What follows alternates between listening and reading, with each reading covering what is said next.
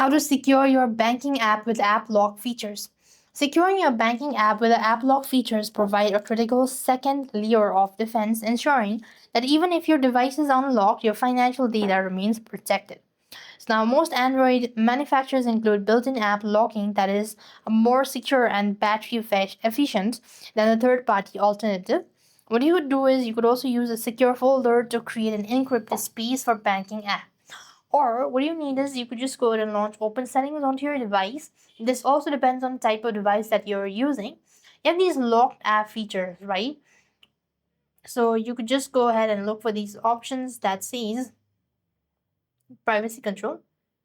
You have private space actually. So you just want to make sure to verify it first of all. And you could just enable this, right? Once you've enabled the private space, now when you go back to the home page, you can just see private space, right?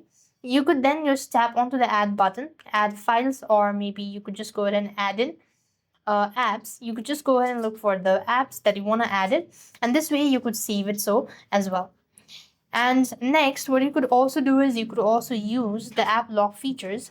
So what you have to do is here, to use the app lock feature, you just want to make sure to go ahead and open up settings once again, and you then need to go to app lock section, app security.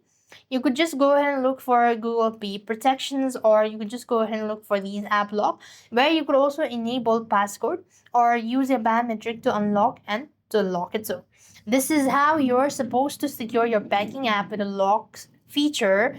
With that being said, we've completed our steps. Thank you for watching. See you in our next video.